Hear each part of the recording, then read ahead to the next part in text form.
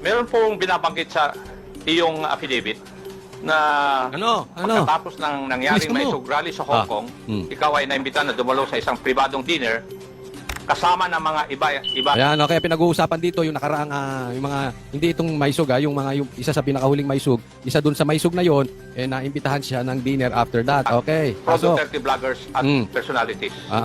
Meron akong ipapakitang litratong ito sa screen. Pakisagot lang pakisabi lang kung ito po ang sinasabi po ninyong dinner na nangyari. Yes po, Mr. Chair. Comsec, please flash the photo on the screen. Okay, yan yung dinner after ng maisog. O ano ngayon? Sige. Yes po, Mr. Chair. Yan po yung dinner. Yan. Yes po, Mr. Chair. Try ko po. I-observe ninyo i-observe ninyo kung paano sineset up ni Akop na para ito ay parang ilaglag itong mga vloggers, mga Duterte vloggers. Tingnan mo, mismong si Akop ang nagsiset up. Tingnan ninyo. At yung kakilala ko lang po ha. Opo. Yung pong nakaupo from left side is si Tio Moreno. Yung nakatayo po na Tio Moreno, yung nakaupo dito sa kaliwa? Dito po. Naka-black? Hindi po yung naka-brown. Naka-t-shirt? Yes po. Ay, ipag doon po kasi ako tumingin. Kasi nasa left sa photo, yes. Okay. And yung nakatayo po na white is si Miss Sas Rogando Sasot. Okay. Ako po yung kasunod. Ayan, si Sumunod po Pebble. si Miss Joey. Ang pinag-uusapan Next, dito, si Sec Trixie, si ang pinag-uusapan lang dito yung picture ha. Okay, bakit ko sinasabi? Papakingsigit. Abangan natin. Attorney Vic. And then yung nakaupo pong green is si Prof. Ana. Uy. Okay. Yung naka-red, hindi ko po kilala. Yung katabi po ng naka-red, si Attorney Harry Roque. Yung nakatayo pong naka-black, si Daniel Long. Yung naka-green na nakatayo, hindi ko po kilala. Yung katabi ng naka-green, si Pam. Yung katabi ni Pam, hindi ko po kilala. And then yung pong nakaupo sa right, si Mr. Abines. Yung katabi ni Mr. Abines, hindi ko po kilala. Then si Attorney Glenn Chong and si Doc Badoy. Okay, ano? Alam mo ba, Pebbles, kung sino ang nagbayad sa dinner na yan? Ayan, sineset up na. Okay, sino nagbayad ng dinner? Bakit importante yan? Kasi meron silang gustong idiin dyan. Okay, sino yung nag-provoke ng rebellion or sedition? Ididikit po nila yan dyan. Kasi syempre, sino yung pinanser? Okay, ganun po galawan. Ang pagkakaalam ko po si Attorney Harry. Yun, okay na. Attorney Harry. Nakafocus na, nailabas na si Attorney Roque. Punta na tayo dun sa laman ng iyong affidavit. Sinabi mo sa iyong affidavit, Pebbles, na pinag-uusapan sa dinner na yon na may larawan o picture si Attorney Harry Roque na di umano nagpapakita na gumagamit ng cocaine si PBBM. Sigurado ka ba? Okay, dito nagkamali sila. Niyayari ito mga ito, hindi natin alam kung talagang mahihina lang ang ulo o talagang nilalaglag ba nila si Marcos o talagang gusto nila lang yung kanilang hari na si Tambaluslos ang maging susunod na presidente. Dahil ito ay maling-mali kung ano man, maling-mali yung diskarte nila kasi binuhay muli nila yung video na di umano ay tumitira ng cocaine si Bangag o si Marcos. So hindi natin alam kung naisip pa nila na namamatay na yung issue na yon, sila pa ang nagbuhay. Siguro ang motibo nila dito para sa gano'n na pabulaanan na fake news yon. Pero miskin na, tapos na yon, hindi na nga masyadong pinag-uusapan, ngayon bumalik patuloy. Pinag-uusapan ulit dahil sila mismo ang nagbalik sa kagustuhan nila na idiin si Attorney Roque. Ang target dito si Attorney Roque, tapos yung ibibintang na ang mga vloggers ay fake news. Yan. Sinabi mo sa affidavit mo na ito? Late po kasi akong dumating, Mr. Chair. So mga 1 hour na sila nandun sa restaurant, nag-uusap. Bago po kami dumating ni Attorney Vic. Tingnan mo, up to now, hindi na i-establish what is wrong with that picture. Wala. Di ba? Up to now, walang mali. Okay? Hanggang dun lang sa sinabi, sino nagbayad dun sa dinner na yon. Okay? Up to this point. Tingnan natin. And ni Pam.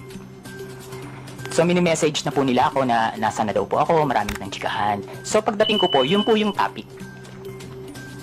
About the Pulburon video. Okay. Pulburon video. Sinabi Pasok mo ako. rin sa iyong affidavit, Pebbles, na walang pinakitang picture si Attorney Harry Roque doon sa pinag-uusapan po ninyo. Pero base po sa iyong obserbasyon, mukha bang yung ibang mga kasamaan mo ay alam na ito o first time din nila narinig ang tungkol sa larawan na yan? In fairness naman po dun sa mga kasama ko, hindi po nila alam. Wala po kaming alam lahat. At least up to this point fair si Pebble, so hindi niya inaano masyado yung kanyang mga kasamahan. O, tuloy. Okay, thank you. Dito rin sa affidavit po ninyo, pinag-usapan din ninyo sa oras po na yon sa dinner kung paano i-release yung sinasabing picture na hawak ni Atty. Roque. Tama Yes, po ba? Yes po, Mr. Chair. At napagkaisahan na mas maigi na yung photo na yon ay pa-release sa isang foreign influencer para mas kapani-paniwala. Ayun. Okay. Hindi ko alam kung nababasa ni Akop doon sa pinasang dokumento ni Pebbles or nagdadagdag bawas siya. Kasi sabi niya, doon patungkol dito sa video o doon sa picture na tumitira ng cocaine si Marcos, ang sabi niya, ipalabas sa banyaga o sa foreigner na vlogger para para kapani-paniwala. Yun ang ibig niya sabihin. Para kapani-paniwala. Hindi ko alam. Again, yung word na kapani-paniwala ay binanggit niya sa dokumento o idinadagdag lang ni Akop. Bakit ko nababanggit? Kasi isusubo ni Akop kay Pebbles kung ano sasabihin. Pero si Pebbles, siguro in fairness, hindi niya nilalaglag yung, hindi natin alam kung bakit, hindi niya nilalaglag yung kanyang mga kasamahang vloggers. So dating kasamahan, kasi alam naman natin, ito si Pebbles, bumaligtad na. Diba? Nandun na siya kay Marcos. Dati tinitira niya si Marcos, ngayon ay na kay Marcos na. Okay, tuloy. Mr. Chair, hindi naman po na pagkaisahan, pero nagbibigay po sila ng mga opinion na dapat siguro sa international blogger dapat na maglabas, or yung Australian reporter na nag-interview kay PBBM, pero hindi po siya napagkaisahan. Kumbaga nagbibigay lang po sila ng mga opinion. Okay, take note. Hindi sinabi ni Pebbles na para maging kapani-paniwala. Sa katunayan, kinorek niya si Akop.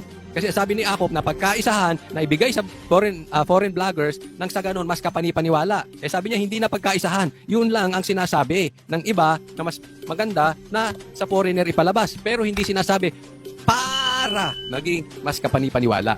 Okay? So, pasok Akop. Okay, thank you. Pebbles, kung totoo man ang picture, bakit kailangan pa maghanap ng foreign influencer to release the picture? Bakit kailangan bigyan ng some semblance of credibility ang... Binabanggit niya na. Kung totoo man yun, of course, nag-aano siya para hugas kamay, hindi niya sinasabing totoo. Pero kung totoo, bakit sa foreigner? Diba? Yun na. Gusto niya na sabihin ni Pebbles na para mas may credibility. Pero sinasabi niya hindi to. Inilalagay na niya sa bibig ni Pebbles, bakit sa foreigner?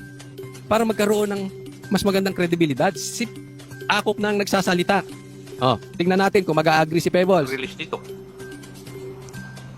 Siguro po, Mr. Chair, para mapanood agad international. Siguro tumatayin na to sa salawal to natatay na sa salawal to si Akop. Sinubo niya ng lahat. O ano sabi niya? Mas magkaroon ng credibility. Ang dami na sinabi about credibility. Yun ang pinupunto niya. Sinusubo niya na lahat. Sinubo ko na lahat sa iyo, Pebbles. O ano sabi ni Pebbles? Para siguro para mapanood ng mas marami internationally. Laglag. Nalaglag si ano. Hindi ko alam kung sinasadya ni Pebbles na ilaglag siya or hindi nalaglag. Pero hindi nagtutugma yung kanilang pinag-uusapan. Iba ang gustong palabasin. Alam mo, yan ang mahirap. Okay? Sa isang investigasyon, in aid, yung iba kasi nakatago lang sa in aid of legislation, pero ang katotohanan, meron silang gustong palabasin doon sa kanilang resource person. Hindi ko maintindihan bakit ang isang investigador o isang senador o isang congressman na mag-iimbita ng resource person, pero ang gusto naman niyang marinig yung nasa isip niya lang. Di ba? Kaya ka nga nagtatawag ng resource person kasi hindi mo alam. Kailangan mo ng itulong ng iba para sa ganon,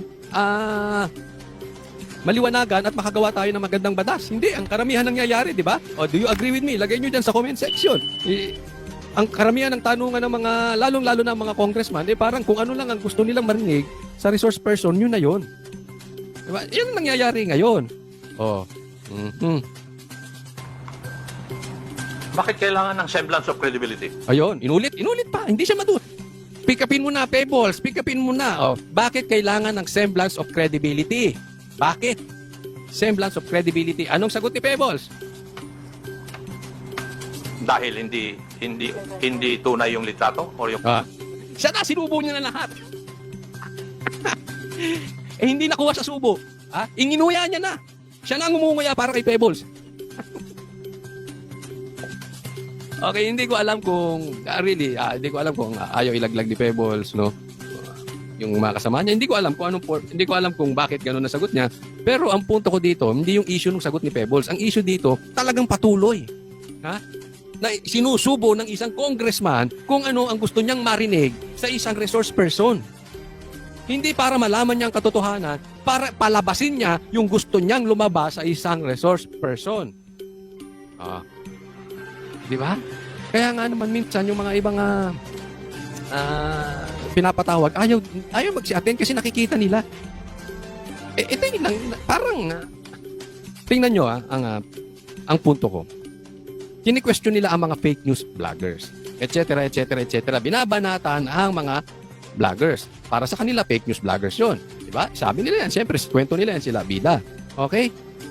So, ayaw nila ng mga vloggers na ganyan. Sino ang resource person? Another vlogger na ayaw kay BBM na ngayon gusto na si BBM. So, yan ang expert nyo. I am not questioning Pebbles. Okay? Kasamang vlogger yan na bumaligtad lang. But, ang punto rito, ang gulo-gulo nyo. Kini-question nyo yung mga ayos na vlogger at ang ekspertong kinukuhanan ninyo ng opinion ay isang vlogger na bumaligtad. Can you please explain the logic of that, mga congressman? Asan ang lohika nun? Photo? Bakit kailangan ng grupo po ninyo na magkaroon ng semblance of credibility yung litrato o yung photo na yun? Okay. Pangatlo na. Ano ulit sasagot niya? Bakit yung photo na yun kailangan ng grupo nyo ng semblance of credibility? Pangatlo. Ano sasagot ni Pebbles? Hindi ko po... Kasi that time po, Mr. Chair, nakikinig lang po ako. Hindi po ako nagbibigay ng opinion na ilabas ng international blogger. Di ba? Anong gusto niya marinig? Kasi, peke yung video. Peke yung picture. Kaya kailangan ilabas sa foreign para magkaroon ng credibility. Yun ang gustong palabasin ni Akop. Hindi niya makuha. Anong sagot ni Pebbles? Kasi that time nakikinig lang ako.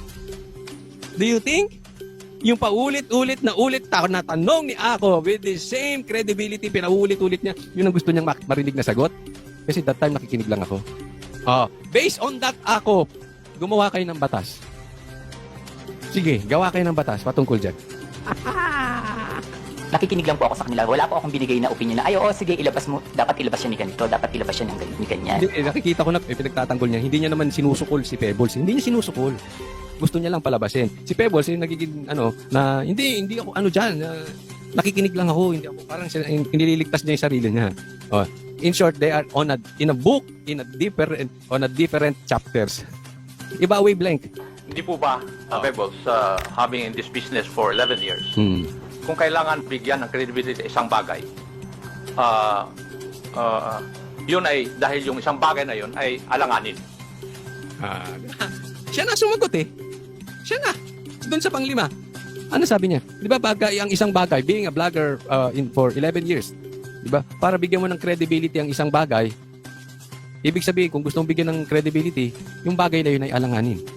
That is the answer he was looking for Pebbles.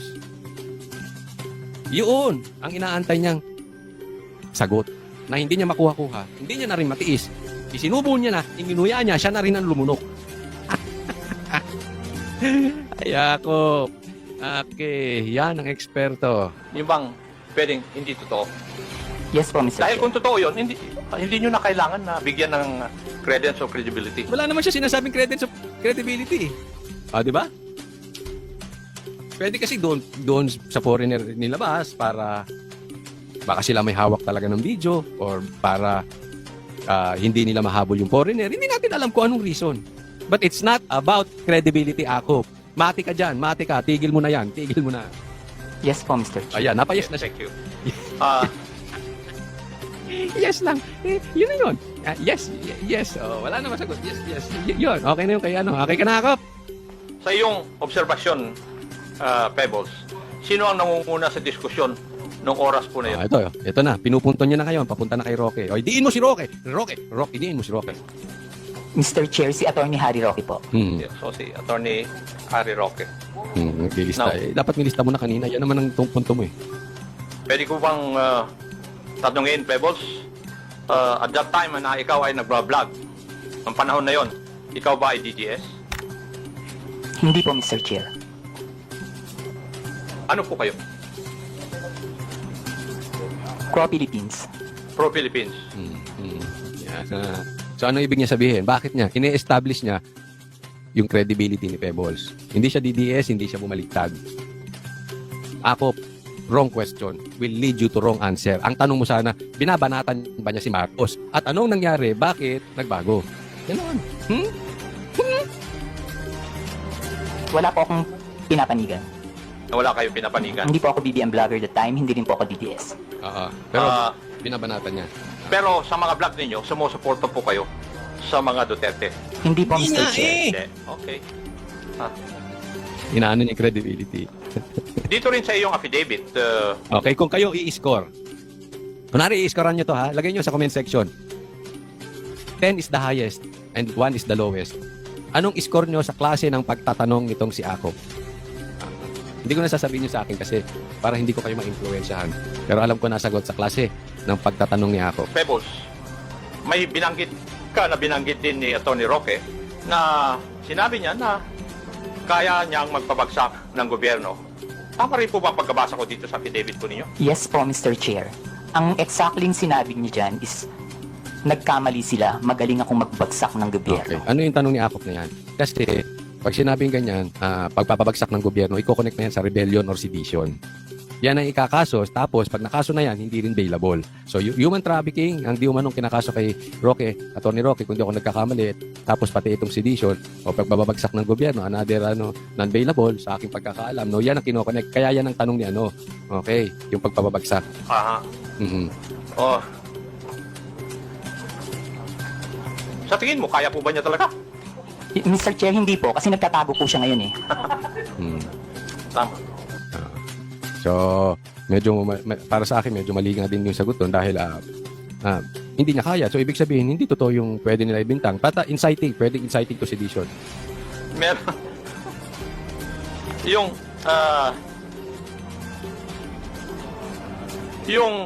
Ano? sa iyong interpretasyon, Pebbles, nung gabi na yon, kung ano man ang pinag-usapan nyo doon, specifically yung supposed photo na gumamit ng cocaine si PBM, ay parte ng plano na pabagsakin ng gobyerno ayon kay Harry Roque? Sa palagay ko po, Mr. Chair, party po yun ang plano ng gusto nilang pabagsakin ng presidente. Dapat ang sagot lagi ni kung ano yung inililid ni Akop, yes ka na lang ng yes. Yes, yes. Okay. Yun na. Kaya kinokonek yung video na yun. Pero nagkamali sila dyan. Okay, binuhay nila ulit yung pulburon video. Binuksan nyo yung pulburon video. Ako, sa akin, magdemanda kayo. Dahil kung hindi totoo yung video, meron dapat managot. Pero, kung totoo yung video, ilalabas lahat sa demanda. Doon, hindi dyan. Hindi sila dyan maglalabas. Sa demanda ang laban. So, idemanda nyo na,